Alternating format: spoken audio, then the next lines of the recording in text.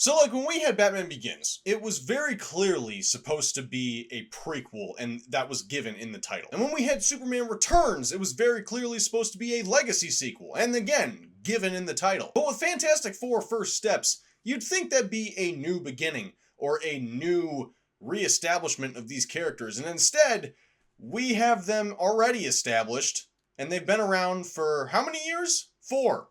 4 years. 4 fantastic years.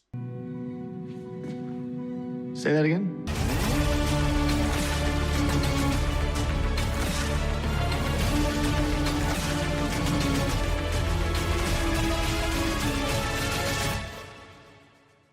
Kind of sucks that John Malkovich once again got cast as a Marvel villain and we're just not going to see it. Fantastic Four First Steps is a film that I was very hesitant about going in. At one point, John Watts was going to direct the movie, and thank God that didn't happen. And then casting was up in the air for the longest time before they finally landed on Pedro Pascal, Vanessa Kirby, Joseph Quinn, and Ebon Moss-Bachrach. They are, of course, our iconic heroes, Marvel's first family, and the plot we are getting is the story of Galactus threatening to devour the Earth, being adapted to the screen for the first time since 2007. Now, of course, that also crammed in a bunch of other weird crap in a Doctor Doom subplot and turned Galactus into a freaking space cloud, so this was at least being a little bit more of a focused adaptation of that all. Maybe the best way to kick off this review would be to start with the characters. We will protect you. Pedro Pascal as Reed Richards is not a casting choice that excited me even slightly. Considering this guy has been in everything and has been kind of creeping me out with more recent shenanigans, I figured that this casting was nothing more than a Hail Mary on Disney's part. Like, they were worried about not getting it right and they didn't want to risk any backlash, so they just called up the company man and offered him the role. Pedro at first glance just doesn't resemble Reed to me. Maybe it's the fact that Ioan Gruffudd is just the definitive Reed Richards in my mind, and the fact that Pedro Pascal has as consistent facial hair as I do. Who wrote this? Dinkelberg. But egg on my face, because just like when he was cast to play Joel in The Last of Us, he actually pulled it off despite my reluctance. I'll admit, I can't really say he's definitive Reed or anything like that, but I definitely adjusted to it over time, I think, especially because of how much they showcase his intellect as well as his relationship with Sue. He doesn't use his powers as much as everyone else, but when he does use it, I'd say it looks pretty decent as far as the CG goes, at least. It does kind of bug me that his clothes stretch with his limbs, though. Like, physically speaking, that shouldn't happen. Like, you can make the argument for when he's wearing his Fantastic Four costume, but when he's wearing just like an actual normal suit and it's stretching with his arm, I don't know, man, it just feels kind of weird. We will fight it together as a family. In the sea of Emily Blunt and Margot Robbie fan castings, Vanessa Kirby is the choice that I felt always made sense. And in the film, she plays Sue Storm very well. Sue has always been the heart of the Fantastic Four and the emotional anchor that brings Reed Richards back down to reality, and they showcase that pretty well in this film. I do wish there could have been more moments to show off the brother-sister relationship between her and Johnny, as I think the 2000s films excelled at that. But I love how her powers have this distinct visual style. Instead of just being some translucent blue orb or just like generic invisibility, she's actually bending light to turn things invisible, and it just makes it stand out from the other iterations of the character. Everything with her, Reed, and Franklin I found very endearing, as she brings this maternal force to the team and the film overall. I was worried they were going to make her all girl boss female empowerment in the worst way, because that's what the rumors were saying before the film came out. Supposedly the guys were all going to get shafted by her, and she was going to be the real leader of the team, and Reed was just going to be some loser who kept getting put in his place. No, not even close. No joke, I was genuinely happy with how her character was written. But man, the CG baby was freaking weird. I mean, there's some shots where it looks totally fine and I didn't notice, but then there's others where it is just like uncanny valley levels of creepy, and I do not understand what's so difficult about just getting a normal actual human baby. Before the film came out, Joseph Quinn was catching some flack for a comment he made about Johnny in this film. Quote, "Myself and Kevin were speaking about previous iterations of him and where we are culturally. He was branded as this womanizing, devil-may-care guy. But is that sexy these days? I don't think so." First of all, that's just not properly understanding the importance of that element of his character. Second, I don't know where this is coming from, because this wasn't exactly a watered down or made for modern audiences version of Johnny Storm. He still very much is the character that we know and love from the comics. CG on his torch form was impeccable, by the way, and I honestly really appreciated his performance. I also liked how we actually got to see Johnny use some intellect for once. Like, he has this whole subplot where he's decoding this language all on his own merit, no help from anyone else, and I was just happy to see him have a moment of shine like that. It just kind of reminded me like, oh yeah, Johnny's an astronaut. He would have to be smart, at least in some capacity. So that was cool. Merry Christmas, lizards. I'll always have a soft spot for the Michael Chiklis suit, but the CG looks pretty good right here. Easily the most comic accurate look the thing has had on screen. Eben Moss-Bachrach does a pretty good job performing through the motion capture. Only real complaint is the fact that he doesn't have that gravelly voice that the thing is known for and just sounds like Eben Moss-Bachrach. When he finally yells, "It's clobbering time," it doesn't come off like, "It's clobbering time!" It just sounds like some random guy yelling it out. And a big part of what I've always liked about the thing is his struggle with his physical form and the insecurity that comes with it. We get none of that here. And now, I understand they probably didn't want to reiterate things from the other movies, and given the fact that Ben Grimm has been the Thing for 4 years at this point, most people are probably accustomed to it, especially considering all of New York is hailing them as heroes. But I don't know, it's such a big part of his character, and I wish we could have gotten it in some capacity. One other thing related to the Thing that I want to get into, but I'm going to have to delve into some mild spoilers here for a second, so if you don't want to know anything, I suggest skipping ahead in the video to the time code on your screen right now.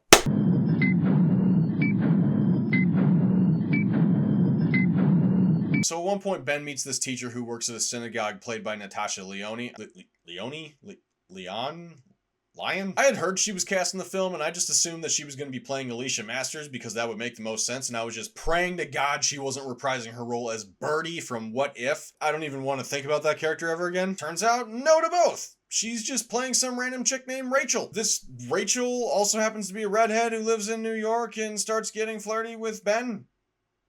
And why can't she be Alicia? I mean, they even confirmed in this film that Puppet Master exists, so she's gotta be out there somewhere. She's just not going to be with the Thing, or if she does, this other chick has to be moved out of the picture or die. Honestly, you know what this reminded me of? It reminded me of the days of early superhero films where they weren't fully embracing comic books, or they would have one little thing or person in there that was very, very similar to another element or character from the actual comics, but just with a different name, and it made it way more confusing as to why you just didn't call it what it's supposed to be. Like a prime example of this would be in Batman 1989, where we had this one character whose name escapes me, but he's basically Harvey Bullock without being called Harvey Bullock. Or like how Joker fell into the vat of chemicals at the Axis Chemicals building instead of the Ace Chemicals building. So yeah, that kind of bugged me. Details, condense, plot, tell it. Like I said before, the Fantastic Four have been established heroes in this universe, really the only known heroes that are on this Earth,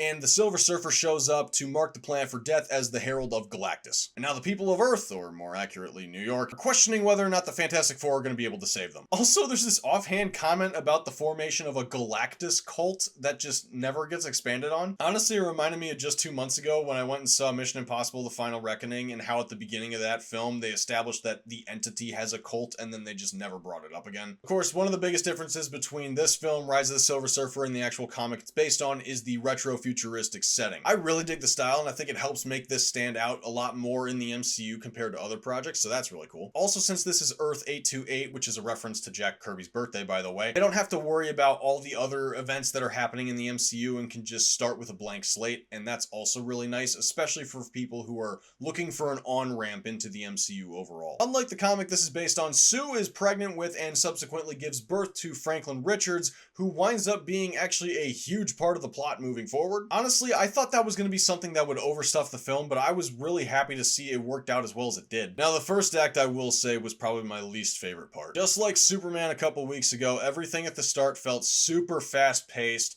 and almost like they were just rushing through everything, speed-running the origin because we've already seen that before. I feel like what they could have done was give us snapshots of their origin while the opening credits played at the beginning of the film. Incredible Hulk did something very similar because even though that wasn't in the same continuity with Ang Lee's Hulk, it came only 5 years after that film and didn't want to retread the origin story that that film was already telling. So he did something like that, followed by a sequence where everyone works together, showcases their powers, you get a taste of their personality, how the family dynamic works, and have them take down Mole Man. I say Mole Man because he actually has a pretty important role to play in the film later on, and how he's established at the start of the film was very brief and not sufficient enough at all. Like, I thought he was just going to be a little cameo at the beginning, but when they brought him back later on, it felt like they just kind of plucked all of his lore and establishment out of thin air. But okay, let's talk the villains. I harrow Galactus. Yeah, so they gender swap the Silver Surfer, and that conversation has been burning on Twitter for quite a while now. So in the comics in 2007 film, Norrin Radd was the Silver Surfer. He was a man, and he was the Herald of Galactus that visited Earth. However, this time it is Shala Bal, who has only ever been the Silver Surfer once in the comic Earth X, which I have no idea what that story is about. I have never read it. I've never looked anything up about it. And I don't know how accurate of a depiction of her version of the Silver Surfer this actually is. Julia Garner plays the character well enough, and the finished CG in the film looks so much better than what we saw in the trailers. But I can't lie, I just did not see the justification for making the change from Norrin Radd to Shala Bal other than just wanting another female character in the film. Shut up, yet we all know that's why they did it. Literally everything was the same, but instead of it being Norrin Radd who's communing with Alicia, or in the case of the 2007 film, it was Sue Storm, it's Shala Bal and Johnny who have more of a connection here. Shala Bal barely gets any exploration of her backstory, which kind of sucks because I feel like if they had delved into it a little bit more, it would have been a lot more effective for her character. But Galactus, holy crap. This is everything I could have ever wanted from a live action Galactus. He's huge, he's menacing, he's not a freaking space cloud this time. Ralph Ineson's voice is perfection, and I love the design of the character. Apparently Ineson actually filmed scenes on set in costume. However, I don't know to what extent that was actually delivered in the final cut of the film. I don't know if he was wearing mocap. As far as I understand, he was actually wearing a helmet and, you know, part of the suit. I don't know how much of it just got coated in CG by the end of it, but he was there. He did it. He put in the work. Then again, so did Nick Cage in The Flash, didn't he? But every scene with him was great. I love how intimidating and powerful he was as a villain. It's a bold strategy, Cot. Okay, let's talk about that ending. And yes, I'm going into full spoilers right now. So if you don't want to know anything about this film, I suggest skipping to the time code in the video that appears on your screen right now.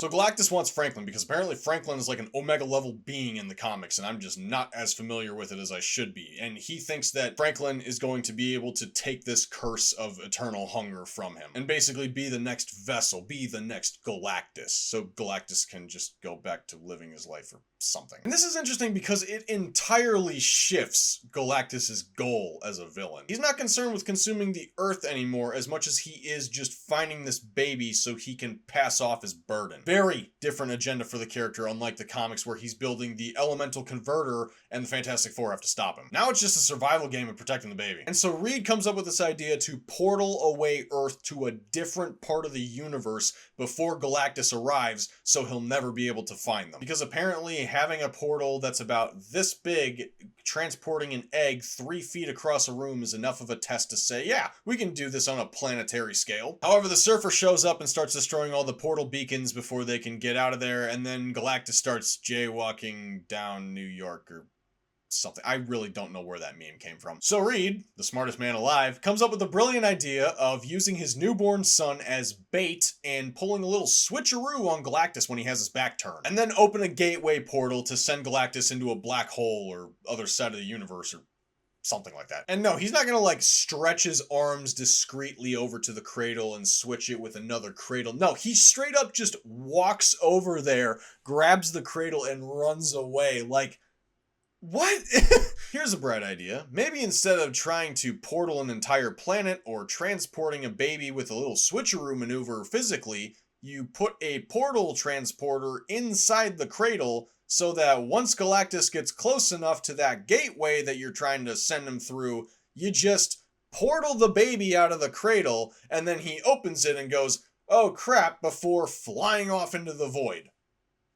Maybe? It was hilarious though, because I was talking to a buddy of mine afterward about this, and he said that he and his wife were both just kind of looking at each other like totally pissed off because the fact that they were using a baby as bait. And he's like, as a father, I was totally appalled by that. I hated it. It was so bad. And I'm like, no, I get it, but like, that's Reed Richards. He's the guy that will make those types of moves, and the fact that they did that in this film kind of solidified this as a pretty faithful adaptation of his character, believe it or not. So we get some back and forth action between them and Galactus. Galactus figures out their scheme. Clever bugs. And then Sue solos Galactus into the portal while Reed goes in to save Franklin. and get out of the way just in time. But then the hand comes up. Oh no, Galactus isn't really dead. He's not through the portal yet. So then, being a good uncle, Johnny decides he's going to sacrifice himself before, boom! Deus Ex Machina. I mean, Shia LaBeouf shows up to just do exactly what he was going to do. But, you know, this way we get to have the entire Fantastic Four by the end of the film. Thankfully, no one was killed in the destruction of New York by Galactus because, conveniently, we were able to usher every New York citizen into Subterranea with the help of Mole Man. Well, actually, one person was killed. Sue Storm. What? But how? She's supposed to be in Doomsday. They just introduced... How can this be? She was able to max out her powers, but it came at the cost of her own life. Anyway, so creepy CGI baby Franklin just crawls onto her corpse and magically revives her. No biggie. Yeah, so that cheap, lame moment from Fantastic Four Rise of the Silver Surfer where Sue Storm gets killed by Dr. Doom and then magically brought back to life by Silver Surfer. They're doing that crap again. Okay, look, obviously this was a scene to showcase Franklin's power that they had been telling us he had this whole movie. I understand that. We gave him a little Jack moment, but come on. No one was buying that she was dead. We already know that she's gonna be in Avengers Doomsday, and maybe that's just the fault of the studio for revealing that or whatever, but come on. Okay, this is the first appearance of the Fantastic Four. Did anyone really believe any of these characters was gonna be dead by the end of the movie? Whatever. I've seen worse Fantastic Four movies. Gotta say, it's fantastic. Oh, in the post-credit scene. So Doomsday is going to pick up 4 years after the events of this film, at least in their timeline. And Doom, for sure, is coming from Earth 828 because, as we see earlier in the film, Latveria exists and he's not present at that Future Foundation conference or whatever that was supposed to be. Now, here we see a guy with a green hood in their house looking at Franklin, and Franklin kind of looking at him, and he's got his mask off, and, yeah, it's a pretty good tease. Man, it's just going to be so weird seeing Robert Downey Jr. playing Dr. Doom of all characters, especially considering this is in the same continuity where he played Iron Man for 11 years. I'm just glad that his mask actually looks like a Dr. Doom mask, because for the longest time there was a running joke that what if they just make his Dr. Doom mask the Iron Man Mark I helmet? And I'm like, please don't do that. But still, I kind of hope that what we saw, and granted we couldn't get a great look at it, but I'm hoping that's not the final design. I want the rivets. If we don't get the rivets, I'm gonna be upset. I want the rivets. Can't wait for the inevitable, I hate you 3000. This is your Doomsday. That sounded better in my head. I'm sorry, I can't do a Robert Downey Jr. impression to save my life. I am Iron Man. The suit and I are one. To turn over the Iron Man suit would be to turn over myself, which is tantamount to indentured servitude or prostitution, depending on which state you're in. See, I know the lines, I just can't do the impression. We're waiting. Overall, I was pretty shocked with how much I enjoyed this film because at this point, I don't really expect a whole lot from the MCU. I'd say for superhero films this year, best to worst, it goes Thunderbolts, Fantastic Four, Superman, Brave New World. Not even remotely close to how I expected this year to go, except for one of those. As for Fantastic Four films, the 2005 film will always be my favorite, but this is a close second. You just can't get any better than the casting of the 2000s Fantastic Four films. I think those actors were definitive Fantastic Four, and while these guys tried very hard in this film, I don't think they're quite on that level, but at the same time, this movie is a very good indicator of what's to come for these characters and this series if they continue to make more Fantastic Four films in the future moving forward. Man, I really hope Doomsday doesn't suck. So for a final score out of 10, I'm going to give this one an 8. So let me know in the comments, have you seen Fantastic Four First Steps, and what did you think about it? Did you think it was a good movie? Did you think it was a bad movie? Did you think it was one of the best the MCU has offered in recent years? Or do you think this is kind of par for the course, nothing really all that spectacular, and definitely not fantastic? Say that again? Either way, if you're going to disagree with people in the comments about your opinions, please don't go at each other's throats over this. There's a freaking culture war going over certain elements of this movie, and I do not have any interest in partaking in it. Please, just... okay? This is a movie, after all, not the most important thing in the world. However, if you want to support the channel, you can do so by hitting the like button, hitting the subscribe button, and hitting the notification bell so you know when I'm uploading. And if you want more content from me that isn't YouTube exclusive, I have 4 links in the description down below that will take you to a bunch of different social media platforms where I post tons of reviews for movies, TV shows, and video games that don't always make it onto this channel. And the ones that do make it onto this channel, I always post on those platforms long before I edit together a video. So be sure to check that out. And until next time, guys, God be with you, and take care.